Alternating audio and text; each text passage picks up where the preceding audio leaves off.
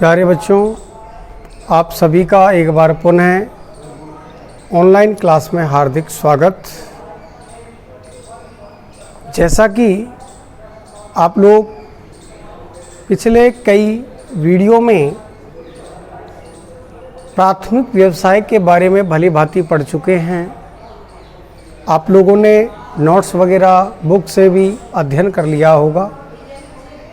किसी भी प्रकार की यदि आपको कोई प्रॉब्लम आती है तो बच्चों आप उसे नोट करें और कॉल करके उसका संपर्क करें। देखिए बच्चों, आपका इम्पोर्टेंट टॉपिक जो है वो आपका चल रहा है व्यवसाय का, और व्यवसाय में हम लोग पढ़ रहे हैं प्राथमिक व्यवसाय। प्राथमिक व्यवसाय में आपने दो आर्थिक क्रियाओं के बारे में चर्चा कर ली है, जिसमें आपने आखेट व्यवसाय और भोजन संग्रहण व्यवसाय के बारे में पढ़ा। इसके अलावा हम लोगों ने पशुपालन व्यवसाय की भी भली भांति चर्चा की है, जिसमें चलवासी और वाणिज्य पशुधन के बारे में आपने पढ़ा।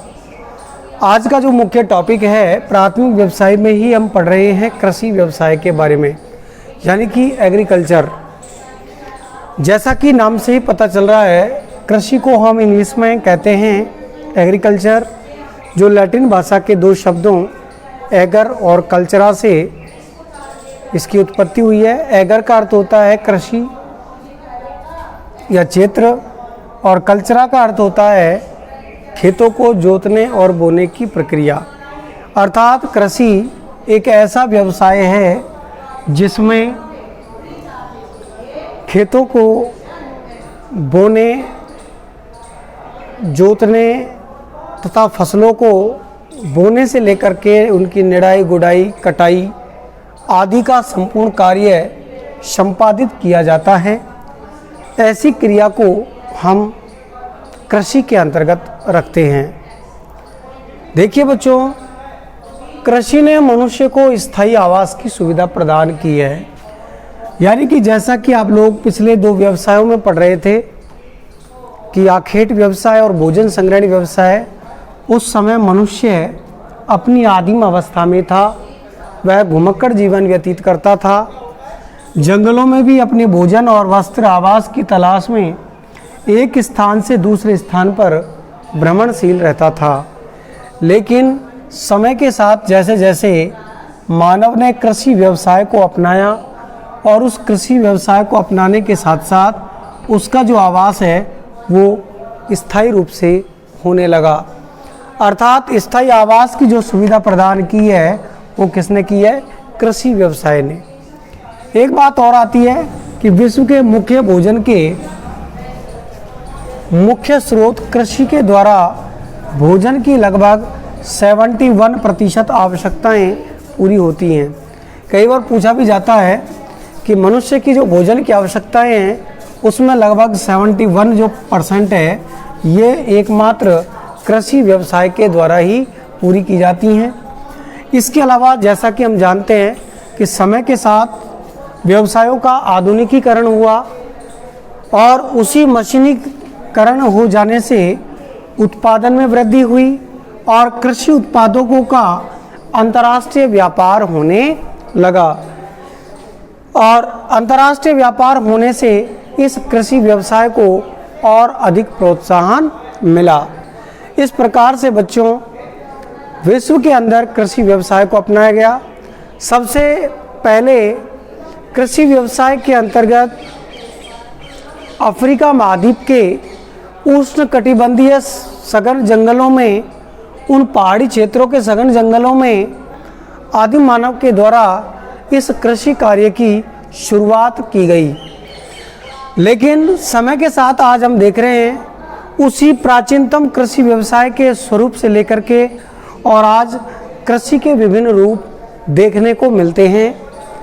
ध्यान देंगे आप, नीचे लिखा हुआ भी है कि संसार में विश्व कृषि की अनेक प्रणालियां देखी जाती हैं, जिसमें फर्स्ट आता है स्थानांतरित कृषि। सेकंड पॉइंट आदिम स्थायी कृषि, जीवन निर्वाह कृषि, विस्तृत वाणिज्य अनाज कृषि, बागाती कृषि, मिश्रित कृषि, दुग्ध कृषि, ट्रक कृषि, फलोद्यान कृषि और कारखाना कृषि। इस प्रकार से कृषि के ये विभिन्न रूप हैं। अब हम एक एक करके इन कृषि के विभिन्न प्रकारों के बारे में अध्ययन करते हैं।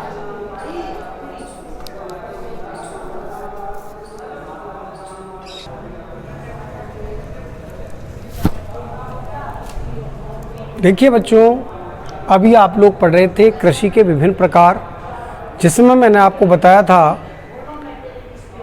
स्थानांतरित कृषि, स्थायी कृषि, जीवन निर्वाह कृषि, बागाती कृषि, अनाज उत्पादक कृषि, फलोद्यान कृषि, ट्रक कृषि, कारखाना कृषि, है ना। इसके अलावा मिश्रित कृषि, बागाती कृषि, अन्य विभिन्न प्रकार की कृषि के प्रकार आप लोग पढ़ रहे थे। उसमें फर्स्ट पॉइंट आपका है स्थानांतरित कृषि। देखिए बच्चों, यह संसार की सबसे प्राचीनतम कृषि है। फर्स्ट जो पॉइंट आता है वो है सबसे प्राचीन कृषि। इसी कृषि को हम लोग आदिम कृषि भी कहते हैं, क्योंकि यह कृषि आदिम ढंग से, आदिम तरीके से, यानी कि परंपरागत तरीके से, प्राचीन ढंग से की जाती है। सबसे पहले अफ्रीका महाद्वीप के उष्ण कटिबंधीय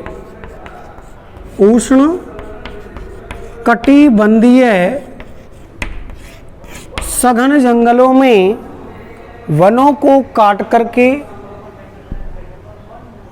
उन्हें जला करके, छोटे छोटे खेत तैयार करके यह कृषि कार्य प्रारंभ किया गया।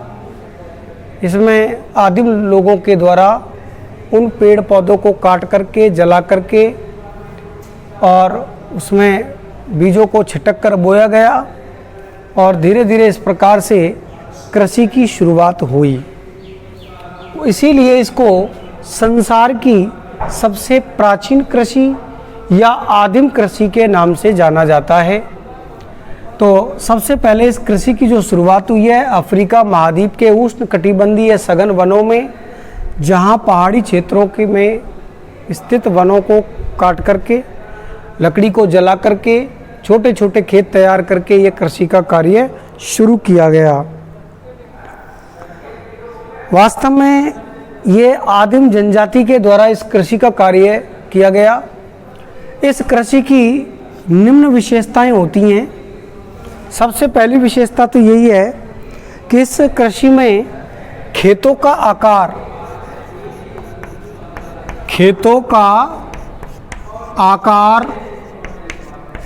बहुत छोटा होता है, बहुत छोटा होता है। ये इस कृषि की सबसे पहली विशेषता है। दूसरी विशेषता कि इस कृषि में मुख्यतः कृषि कार्य प्राचीन या परंपरागत औजारों जैसे, है ना, लकड़ी, कुदाली, खुरपी या फावड़ा, कुल्हाड़ी,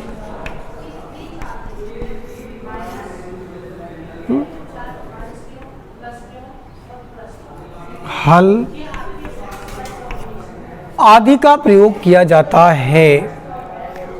अगली इम्पोर्टेंट विशेषता यह है कि इस कृषि में सर्वप्रथम वनों को, पेड़ों को काटा जाता है और काट करके उन्हें जलाया जाता है। इसलिए इस कृषि को कर्तन व दहन कृषि के नाम से भी जाना जाता है। इसके अलावा प्यारे बच्चों, इसे हम झूमिंग कृषि भी कहते हैं क्योंकि इसका मुख्य कारण है झूम माने होता है खेत या चक्र कि इस कृषि में कृषि फसलों को सबसे पहले छोटे छोटे वनों को काट करके उन्हें जला करके छोटे छोटे खेत तैयार किए जाते हैं और उसके बाद 2-3 वर्ष के पश्चात जब वो मृदा अनुपजाऊ हो जाती है तो उन खेतों को छोड़ दिया जाता है और फिर पुनः दूसरे स्थान पर जाकर के अन्य स्थान पर जाकर के इसी कृषि कार्य को पुनः दोहराया जाता है। फिर 2-3 वर्ष के बाद इसकी जो मेन बात है वो है 2-3 वर्ष के बाद जब वह भूमि है ना, जब वह भूमि कृषि के अयोग्य हो जाती है, कृषि के अयोग्य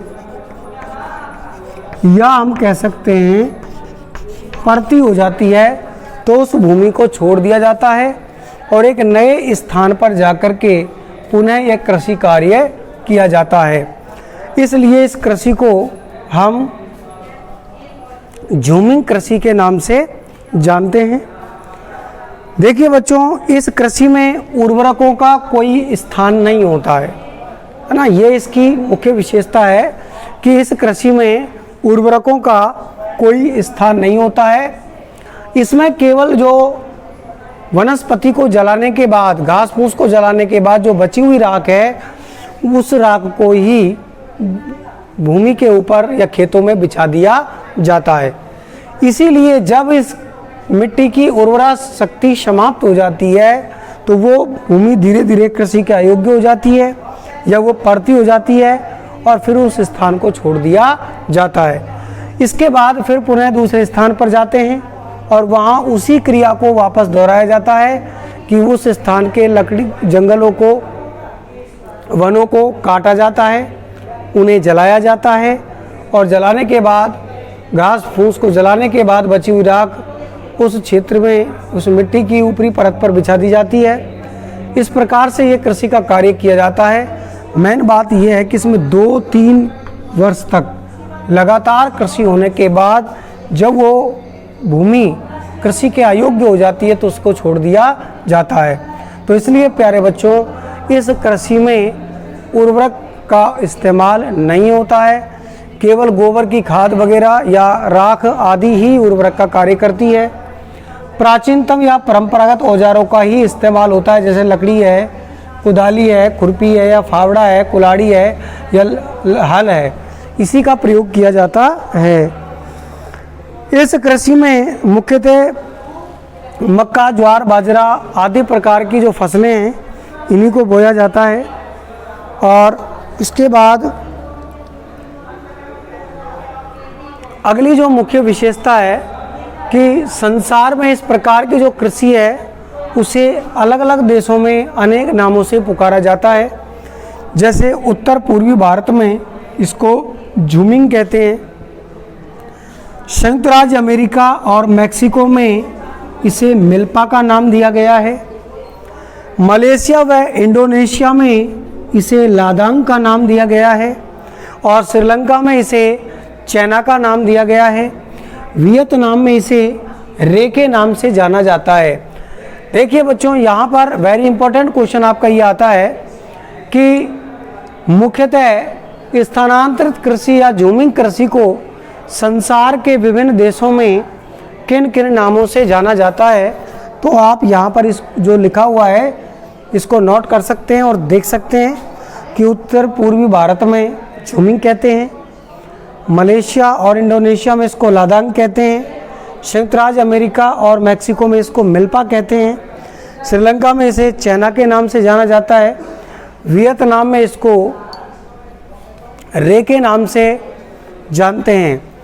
अब बात आती है कि विश्व में इस प्रकार की कृषि का जो कार्य है वो कहाँ कहाँ पर किया जाता है। जैसा कि मैंने यहाँ पर लिखा हुआ है, विश्व में स्थानांतरित कृषि व्यवसाय के प्रमुख क्षेत्र, यहाँ पर आपको इंडिकेट संकेत के द्वारा किया गया है कृषि क्षेत्र।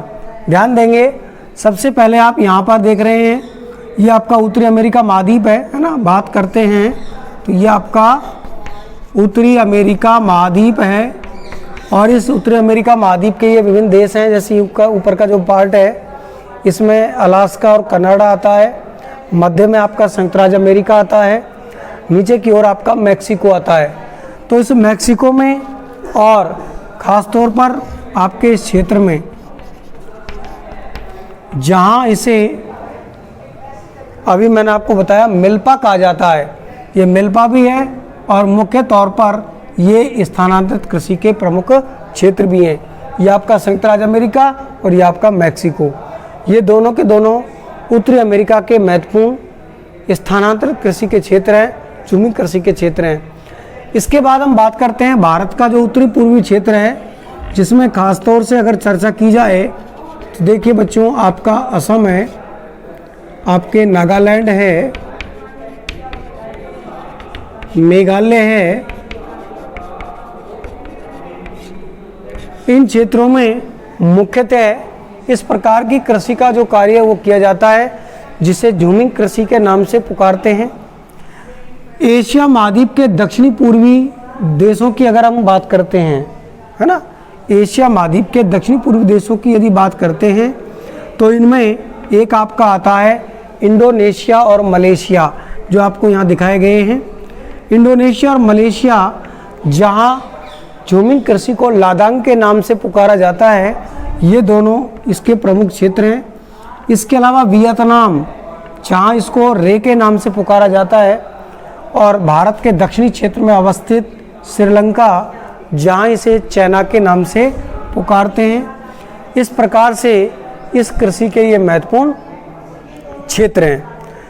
देखिए बच्चों, इसके बाद एक मुख्य बात जो आती है वो ये आती है कि स्थानांतरित कृषि का जो भविष्य है वो ठीक नहीं है। वर्तमान काल की बात करें या आधुनिक समय की बात करें तो आधुनिक काल में जैसे जैसे आप देख रहे हैं कि जनसंख्या में कई गुना वृद्धि हो रही है संसाधनों की तुलना में, तो अधिक जनसंख्या के भरण पोषण के लिए अधिक कृषि उत्पाद की आवश्यकता होती है, और अधिक कृषि उत्पाद के लिए हमें मशीनीकरण, रासायनिक उर्वरक, कीटनाशकों का प्रयोग, उन्नत किस्म के बीज और आधुनिकतम तकनीकी उर्वरक आदि का इस्तेमाल करना पड़ता है। इस प्रकार के कार्य केवल आधुनिक कृषि के अंतर्गत ही संभव हैं, जबकि ये प्राचीनतम कृषि है, और इस प्राचीनतम कृषि में ना तो हम उर्वरकों का इस्तेमाल कर सकते हैं और ना ही किसी भी प्रकार की कोई तकनीकी या मशीनीकरण का इस्तेमाल किया जा सकता है। इसीलिए बच्चों, इस कृषि में उत्पाद केवल कम होता है, सीमित मात्रा में होता है, क्योंकि खेतों का आकार भी छोटा है। उर्वरक या उन्नत किस्म के बीजों का, उर्वरकों का प्रयोग न होने के कारण उत्पादन अपेक्षाकृत कम होता है। दूसरी बात, हम ये भी जानते हैं कि इस कृषि में लगातार 2-3 साल तक कृषि हो जाने पर धीरे धीरे वो भूमि पड़ती हो जाती है, बंजर हो जाती है, इसलिए उस स्थान को छोड़ना भी पड़ता है। ये इस कृषि की एक प्रमुख समस्या भी है कि इस कृषि के कारण संसार के कृषि क्षेत्र का बहुत बड़ा भाग धीरे धीरे बंजर होता जा रहा है, पड़ती होता जा रहा है, जो आपके मृदा अपरदन के अंतर्गत भी कई बार हम इसका अध्ययन करते हैं। इसके बाद हम अगली जो कृषि है उसके बारे में अध्ययन करेंगे, जो आपकी बहुत ही इम्पोर्टेंट कृषि है, निर्वाह कृषि और निर्वाह कृषि के प्रकार, और इसके बाद हम पढ़ेंगे व्यापारिक कृषि के बारे में। धन्यवाद।